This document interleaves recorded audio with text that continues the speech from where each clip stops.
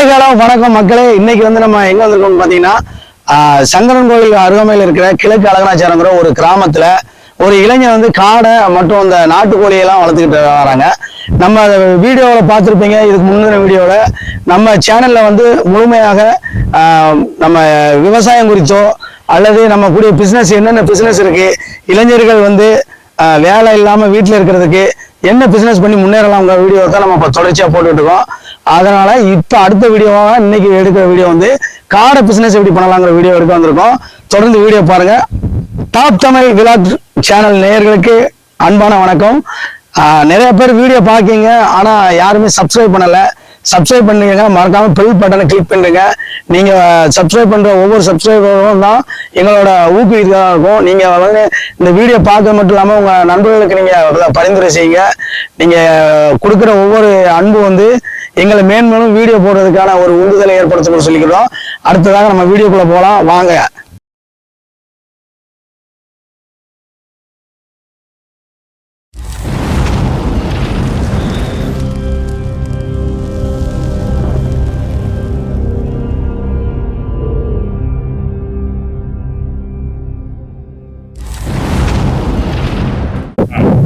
வணக்கம் மக்களே. நம்ம இன்னைக்கு எங்க வந்திருக்கோம்னு பாத்தீங்கன்னா கேபி கவி காடை பண்ணை அப்படிங்கிற ஒரு இடத்துக்கு தான் வந்திருக்கோம்.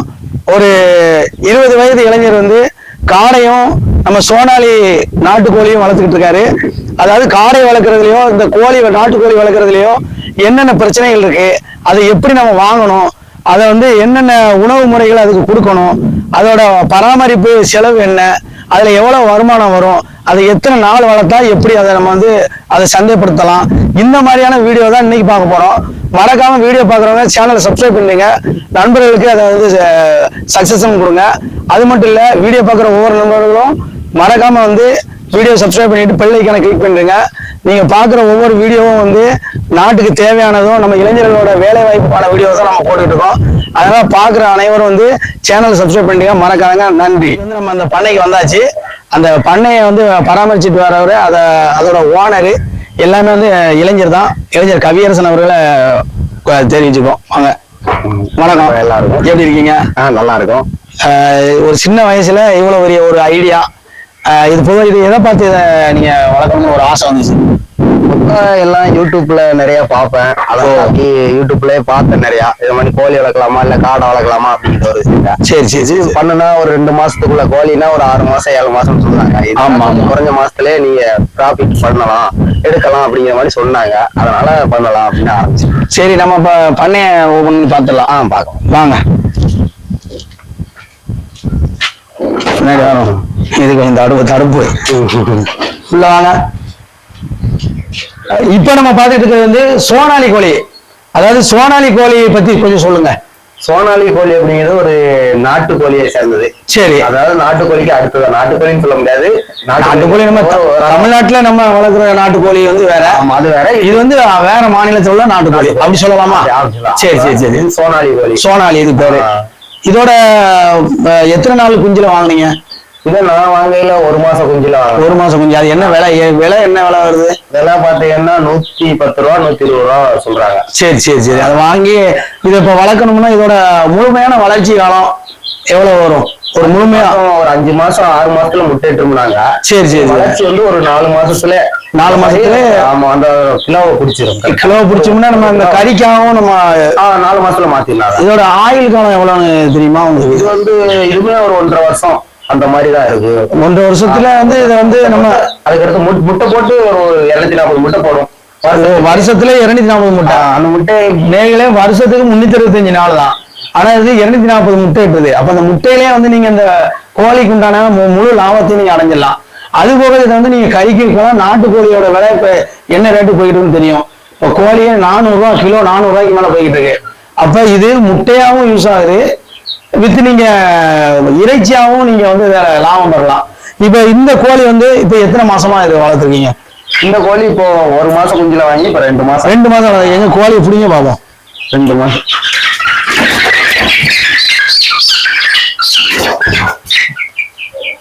இதுதான் இந்த சோனாலி கோழி. இதோட இது இப்ப வந்து 3 மாசம் ஆச்சு அப்படித்தானே? 2 மாசம். நீங்க வளர்த்தது 2 மாசம், வாங்கினது அவங்க 1 மாசம் வாங்கி இங்க 1 மாசம். 1 மாதம், அப்ப 2 மாசம் தான். வெளியில வந்து பாத்துட்டா 2 மாசத்துல பார்த்தா ஒரு பாத்தீங்கன்னா 1 மாசம் குஞ்சுல வாங்கியிருக்காங்க, 1 மாசம் வளர்க்காங்க. ஆக மொத்தத்தை பார்த்தா 2 மாசம் தான். 2 மாசத்துல நாட்டுக்கோழி வளர்ச்சி. இது ஒரு நாட்டுக்கோழி தான், சோனாலி கோழிம்பாங்க. இதோட வளர்ச்சியை பார்த்துக்கோங்க நீங்க, அபரிதமான வளர்ச்சி இருக்கு. இதுக்கு நீங்க வேணும் ஒண்ணும் இல்ல, தீவனமும் தண்ணி வச்சா போதும். வேற எந்த பராமரிப்பு செலவு, நீங்க வேற ஏதோ ஃபுட்டு, நீங்க மெடிசன் அந்த மாதிரி எதுவுமே கிடையாது. நம்ம வந்து ஒழுங்கா பராமரிச்சோம்னா நோயில இருந்தும் தற்காத்துக்கலாம். நோய் வராம பாதுகாக்கிறதுக்கு ஒரே வழி என்னன்னா, நம்ம இடத்த கொஞ்சம் நீட்டா மெயின்டைன் பண்ணோம்னா போதும். இப்ப பாத்தீங்கன்னா இந்த கோழி 2 மாசம் தான். இது 5 மாசத்திலேயே இதோட முட்டை எடுக்கிற பருவத்துக்கு வந்துடும். முட்டை எடுச்சுன்னா 240 முட்டை வரைக்கும் இடும். அப்ப இந்த கோழியோட ஒரு முட்டை வந்து நாட்டுக்கோழி முட்டை 15 ரூபாய்க்கு நம்ம தற்போது விற்பனை ஆகிட்டு இருக்கு. அப்ப 15 ரூபா ஒரு முட்டையோட ரேட்டு 15 ரூபானா, இது ஒரு கோழியே 240 முட்டை எடுக்கிறதுனால ஒரு நாளைக்கு ஒரு 30 முட்டை வரைக்கும் வந்தாலே ஒரு பெரிய லாபம் வரும். ஏன்னா 30 முட்டை 15 ரூபாய் ரேட் போட்டு பாத்தீங்கன்னா தெரியும், சரிங்களா? அப்படிங்கும்போது இது வந்து 240 நாளும் தொடர்ச்சியா முட்டை எடுத்துச்சுன்னா, அப்ப 240 நாளும் 30 கோழி, 240 × 30 என்ன விலை வருது? அது ஒரு கோழி முட்டையோட விலை வந்து 15 ரூபா. இப்ப அவ்வளவு ஒண்ணும் இல்ல. இப்ப உங்களுக்கு புரியுற மாதிரியே உங்க முன்னாடியே கணக்கே போட்டுவோம். வீடுகிட்ட வரும் பாத்துக்கிட்டீங்கன்னா கோழி வந்து 240 முட்டை இடும்.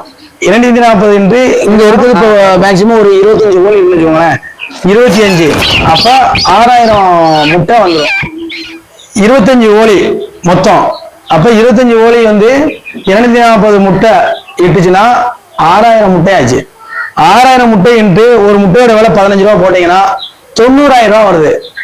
இது கறிக்கும் அதுக்கடுத்து வித்துக்கலாம். நீங்க இந்த முட்டையெல்லாம் இட்டு முடிச்ச உடனே கறியா வித்துக்கலாம். அப்ப இது 90000 ரூபா முட்டைக்கு மட்டும் வரக்கூடிய விலை. இப்ப ஒரு கோழியோட கிலோ ஒரு கிலோ வச்சுக்கிறோம். அப்ப 25 கோழி 1 கிலோ கறி வந்து 400 ரூபா. அப்ப 400 ரூபா அப்படி போட்டு பார்த்தோம்னா அது ஒரு 10,000 ரூபா வரும். ஆக மொத்தத்துல இதை வளர்க்கறதுல எந்த நஷ்டமும் கிடையாது, எந்த ஒரு இடையூறும் கிடையாது. நீங்க வளர்க்க போறீங்க, இதை நீங்க தனித்தனியா பராமரிக்கவோ எதுவும் செய்ய வேண்டாம். வளர்த்தேனாலே போதும். அதுல வந்து நம்ம 1 லட்சத்துக்கு மேல நமக்கு லாபம் வரும். அப்ப வாங்குற காஸ்டோட செலவுனா, ஒரு கோழி இப்ப 150 ரூபாய்க்கு ஒரு குஞ்சு வாங்குறீங்க, 1 மாசம் குஞ்சு 150 ரூபானா ஒரு 20 கோழி வாங்கினா போதும். 20 கோழி இன்னும் மேக்சிமம் எவ்வளவு வரப்போகுது? பாட்டு 100 ரூபா போட்டீங்கன்னா 2500 ரூபா 3000 ரூபாய்க்குலாம் தான் வரப்போகுது. ஆக இது ஒரு நல்ல இது மட்டும் இல்லாம காடையும் வளர்க்குறாங்க. காடை வந்து நிறைய மருத்துவ குணம் வாய்ந்தது. அதோட பயன்களையும் நம்ம அடுத்த வீடியோல இப்ப தொடர்ச்சியா பார்ப்போம். முதல்ல இந்த சோனாலி குஞ்சியை பார்த்துட்டோம். இப்ப அடுத்தது காடை வளர்ப்பு பத்திய அடுத்த வீடியோ பார்ப்போம். இப்ப சோனாலி கோழி குஞ்சு வாங்கினது, அதை வளர்க்கிறது, அதோட பயன்களை நம்ம பார்த்தோம். இதை வளர்க்கறதுக்கு முக்கியமான தேவை வந்து இறை தான். அதாவது உணவு இதுக்கு முக்கிய தேவை. அந்த உணவுக்கு நீங்க என்ன மாதிரியான உணவு இதுக்கு ப்ரிப்பேர் பண்றீங்க?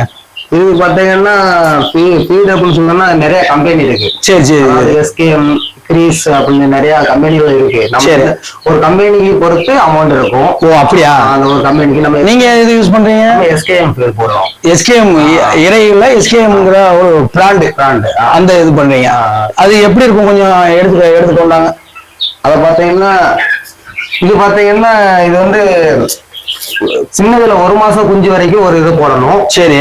அப்புறம் 2 மாசம் கழிச்சு, அதாவது ஃபர்ஸ்ட் ப்ரீ சாட்னு சொல்லுவாங்க. சரி. அதுக்கப்புறம் 1 மாசம் அப்புறம் சாட்டார் அப்படின்னு ஒரு தீவனம் போடணும். சரி சரி. அது முட்டை பருவத்துக்கு வந்துருச்சுன்னா அது லோயர் ஸ்பீடு.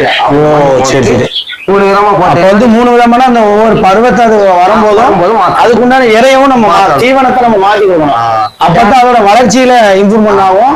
அது என்ன பயனோ அதுக்கான பயனுக்கு உண்டான தீவனத்தை கொடுத்தாதான் அந்த பயணம் நமக்கு கிடைக்கும். ஆமா. அது இப்ப ப்ரீ சாட்டர் அப்படிங்கிறது சின்னதா இருக்கும். சரி சரி சரி. அதாவது சின்ன குஞ்சுகள் சாப்பிடுறது ப்ரீ சாட்டர். ஓகே. இது வந்து சாட்டர். இது வந்து கொஞ்சம் பெருசான ஒண்ணு. அது கொஞ்சம் இது கொஞ்சம் வந்து குருணா அதிகமா இருக்கும். சரி சரி. ரொம்ப குருணாவா இருக்கும். அதுல இருந்து கொஞ்சம் அதுக்கப்புறம் இது முட்டை எடுத்த பருவத்துக்கு வந்தோடனே அதுவும் லோயர் ஃபீட். ஓ சரி சரி. எங்க இதை போடுங்க.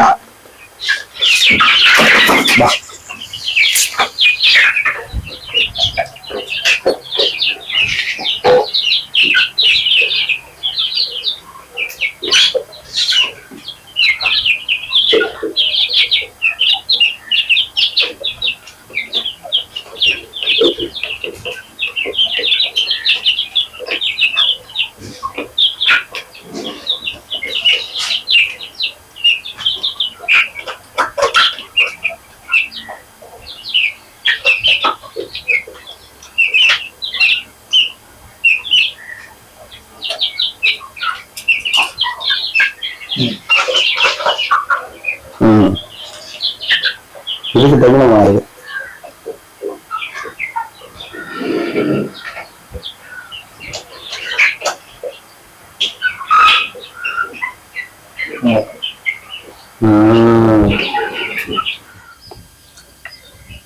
நேயர்களுக்கு வணக்கம். இப்ப வந்து நீங்க சோனாலி கோழியோட வளர்ப்பு என்னென்ன வளர்ப்பு இருக்கு, அது எவ்வளவு நாள் வளர்க்கணும், அதுல என்ன லாபம் கிடைக்கும், எப்படி நீங்க வாங்கணும், அதுக்கு என்ன உணவு அளிக்கணும், இந்த மாதிரி விஷயங்கள்லாம் நம்ம சோனாலியை பத்தி பார்த்தாச்சு. அதாவது சோனாலி நாட்டுக்கோழியை பத்தி. அடுத்ததா இவர் அதிகமா பண்றது வந்து காடை பிஸ்டல் பண்றாரு. காடைகள் வந்து சோனாலி குஞ்சு வந்து ஒரு 50 வளர்க்குறாருன்னா காடை வந்து 300க்கும் மேல வளர்க்குறாரு. இப்ப காடை வளர்ப்பு பத்தி ஒரு புரிதலை நம்ம மக்களுக்கு கொண்டு வரணும். காடை வளர்ப்புல என்னென்ன தடைகள் இருக்கு, இல்ல என்னென்ன நல்ல விஷயங்கள் இருக்கு, என்ன லாபம் கிடைக்கும், அதை எப்படி வளர்க்கணும், என்னென்ன முறையில அதுக்கு தீவனம் கொடுக்கணும், இதை பத்தி நம்ம கேட்க போறோம். வணக்கம். இப்ப காடைகள் பத்தி சொல்லுங்க. காடை வந்து காடை வளர்ப்பு அப்படிங்கறதுல காடைகள்ல எதுவும் இடையூறுகள் இருக்குமா? காடை வளர்ப்புல ஒண்ணும் இருக்காது. ஃபர்ஸ்ட் முதல் நாள் குஞ்சு நம்ம வாங்கணும் அப்படின்னா அதுக்கு உண்டான ஃபர்ஸ்ட் நாள் அந்த கருப்பட்டி தண்ணி, மஞ்சள் பொடி, இந்த மாதிரி எல்லாம் கலந்து ஒரு 5 நாள் 10 நாள் ப்ரூடிங் டைம், அதாவது நோய் எதிர்ப்பு சக்தி கொடுக்குற மாதிரி. அதனால நீங்க ஃபர்ஸ்ட் இந்த 10 நாள் நல்லா வளர்த்துட்டாலே 10 நாள்ல வந்து கருப்பட்டி தண்ணியும் மஞ்சள். இப்ப அந்த காடை வளர்ப்புல முதல் 10 நாள் இப்ப அவர் சொன்ன மாதிரி அந்த கருப்பட்டி தண்ணி, வேற என்ன தண்ணி கொடுப்பீங்க? சீரக தண்ணி, மஞ்சள் தண்ணி, இந்த மாதிரி ஒரு 10 நாள். அதோட முதல் நாள் குஞ்சியா நம்ம வாங்குறோம். 10 நாள் வந்து அதுக்கு வைக்கக்கூடியது வந்து நோய் எதிர்ப்பு சக்தி அதிகமா இருக்கிற மாதிரி தண்ணிகள், அதாவது கருப்பட்டி, சீரகம், மஞ்சள் தண்ணி. இதை வந்து 10 நாள் நீங்க பராமரிச்சா போதும், அதோட உயிரை வந்து நம்ம காப்பாத்திக்கலாம். இப்ப ஒரு 100 கோழி வளர்க்குற மாதிரி தான் இதுவும். இப்ப நம்ம கோழிக்கும் இதுவும் எல்லாம் சேம் தான். ஆனா இதுல என்னன்னா இதோட பராமரிப்பு வந்து கொஞ்சம் நம்ம நோய் எதிர்ப்பு சக்தியோட பராமரிப்பு இருக்கணும். நாட்கள் கம்மி. இப்ப கோழி வளர்க்கணும்னா ஒரு 5 மாசத்துக்கு அடுத்து தான் நீங்க அதுல ப்ராஃபிட் பார்க்கலாம். 5-6 மாசம் கழிச்சு தான். இப்ப காடை வளர்ப்புல எத்தனை நாள்ல இந்த காடை வளரும்? ஒரு காடை வந்து 40 நாளைக்கு மேலே எல்லாம் வளர்க்கும். கணக்குப்படி நம்ம ஒரு 200 கிராம் அந்த கிராம் கணக்குப்படி பார்த்தோம்னா 40 நாள் வளரும். இப்ப அந்த அதோட இறப்பு சதவீதம் வந்து முதல் 10 நாளுக்கு தான் இருக்குமா? ஆமா. அந்த அதுக்கப்புறம் வந்து அதுக்கு எதுவும் அப்ப முதல்ல நம்ம கரெக்டா தண்ணி தீவனம் கரெக்டா வச்சுட்டா அப்ப அந்த 10 நாள் பராமரிக்கிறதுல அந்த உயிரிழப்பை தடுத்துடலாம். இந்த 10 நாள் பராமரிப்புல மட்டும்தான் நம்ம பாதுகாப்பா இருக்கணும். அதுக்கப்புறம் வந்து நம்ம நார்மலா கோழி மேய்த்தா அதுக்கு எந்த ஒரு இதுவுமே கிடையாது, இன்ஃபெக்ஷன் எதுவும் வராது. நம்ம அதுக்கப்புறம் நம்ம வளர்க்குறது வந்து இறையும் தண்ணி வச்சா போதும். 40 நாட்கள்லயே கொஞ்சம் பருவ ஆயிரம் வந்துடும். அப்படித்தானே? கொஞ்சம் பெருசாயிரும். இப்ப இதை வந்து நம்ம கறிக்கு விற்கிறதா எத்தனை நாள்ல விற்கலாம்? அந்த 40 நாள்ல பெருசாயிருச்சு அப்படின்னா 200 கிராம் வந்துட்டாலே நம்ம வித்துடலாம், கறிக்கு வித்துடலாம். இதுலயும் இப்ப வந்து பாத்தீங்கன்னா கறியை தவிர முட்டையாவும் நம்ம இது பண்ணிக்கலாம். ஆமா. அது வந்து 40 நாளைக்கு அடுத்து நீங்க ஒரு 10-20 நாளைக்கு அப்புறம்னா முட்டை போட ஆரம்பிச்சிருமா? இது இந்த முட்டை வந்து எப்படி, இது என்ன விலைக்கு விற்கிறாங்க, இல்ல அதுல என்ன லாபம் இருக்கும்னு நினைக்கிறீங்க? அது முட்டை ரொம்ப இது நாட்டுக்கோழி முட்டையோட சின்னதா தான் இருக்கும். இது சின்னதான் இருக்கும் காடை முட்டை. ஆனா காடை முட்டையை வந்து நம்ம ஒரு ஸ்டிக்ல வச்சு விற்கிறாங்க. ஒரு காடை முட்டை வந்து 10 ரூபா ரேட்டுக்கு விற்கிறாங்க. அதாவது காடை முட்டையை வந்து ஃபாயில் பண்ணி விற்கிறாங்க. அது வந்து 10 ரூபா ரேட்டுக்கு போகுதுன்னு வச்சுக்கோங்க. அப்போ ஒரு 6 முட்டைன்னா 60 ரூபாய்க்கு போகும். ஒரு முட்டை 10 ரூபாய்க்கு. அது வந்து ஒரு 5 முட்டை 5 அடுக்கு இருக்கும். அதுல அந்த மிஷின் வாங்கி அதை நீங்க பாத்துக்கலாம். இது வந்து பாத்தீங்கன்னா 40 ரூபா அந்த மாதிரி. இல்ல அதுவும் நம்ம பண்ணிக்கலாம்.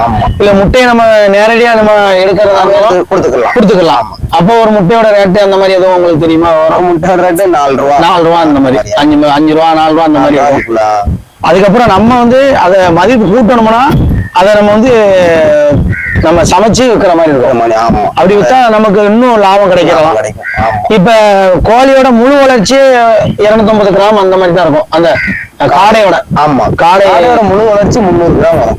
300 கிராம் முட்டை போட லைன் கரையில 300 கிராம் வரும். 200 கிராம். இப்ப 200 கிராம் நம்ம வந்து கறிக்கு கொடுக்கலாம். இப்ப பாத்தீங்கன்னா ஹோட்டல்ல பெரிய பெரிய ஹோட்டல்ல எல்லாம் 120 ரூபா 150 ரூபாய்க்கு ஒரு காடையவே இருக்கிறாங்க.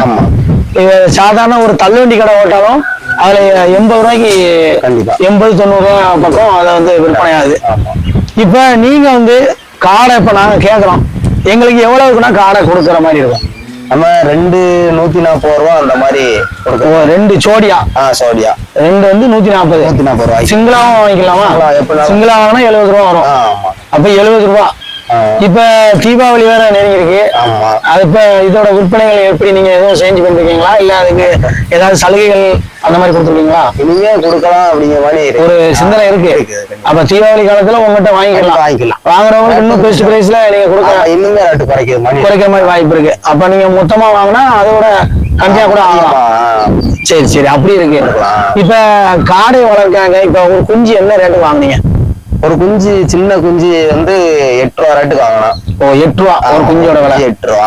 அது போய் பக்கத்துல ஒரு சேர்ந்தமரம் அப்படிங்கிற ஒரு ஊர்ல போய் தான் வாங்கிட்டு வரணும். சரி அது வந்து 8 ரூபா அப்படிங்கிற இருந்து போறதுக்கு 10,000 ரூபாய் பெட்ரோல் செலவு. பெட்ரோல் செலவு ஆகும். அவ்வளவுதான். நம்ம டிரான்ஸ்போர்ட் செலவு மட்டும் நம்ம பாத்துக்கிட்டோம்னா எப்படியும் ஒரு 8 ரூபாய்க்கு வாங்கினோம்னா 2 மாசத்துலயே விற்பனை ஆயிருமா?